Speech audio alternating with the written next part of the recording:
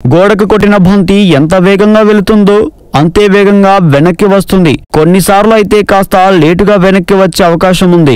ఇప్పుడు వైసీపీ నుంచి ఇతర పార్టీలోకి వచ్చే వారి పరిస్థితి కూడా అలాగే ఉంది. వారికి వైసీపీలోకి రీఎంట్రీ ఉంటుందా లేదా అనేది వైసీపీ పార్టీ అధిష్టానం ఒక్కొక్కరి పట్ల ఆలోచించి నిర్ణయం తీసుకునే అవకాశం కనిపిస్తుంది. అయితే ఇప్పుడు వీరి పరిస్థితి అగమ్య గోచరంగా మారింది. 2014 మొదట్లో టీడీపీలోకి వలసలు వైసీపీ నుంచి గెలిచిన వారంతా కూడా క్యూ కట్టారు. కానీ ఇప్పుడు ఆ పార్టీలోకి కొత్తగా ఎవరు వెళ్లడం లేదు. మొదట్లో వెళ్లిన వాళ్లలో చాలా మంది ఇప్పుడు జగన్ పార్టీలోకి చేరేందుకు ప్రయత్నిస్తున్నారు. తాజాగా కూడా కొందరు ఇప్పుడు తట్టాబుట్టా సర్దుకుని జెడ్ స్పీడ్ తో బయటకు వచ్చేందుకు ప్రయత్నిస్తున్నారు.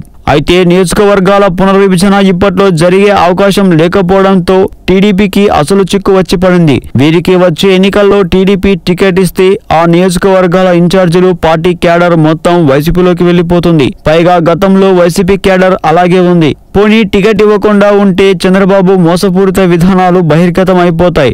దీంతో ముందు నుయ్యి వెనక గొయ్యిలా చంద్రబాబు పరిస్థితి ఉంది. అయితే పార్టీ మారిన వారి నియోజకవర్గంలో ఎట్టి పరిస్థితుల్లో టీడీపీ ఫిరాయింపులను ప్రజలే స్వచ్ఛందంగా తిరస్కరించడమే ఇందుకు కారణం. ఏది ఏమైనా ఎన్నికల ముందే ఈ పరిణామాలతో వైసీపీ ఓ 20 సీట్లు తన ఖాతాలో వేసుకుంది.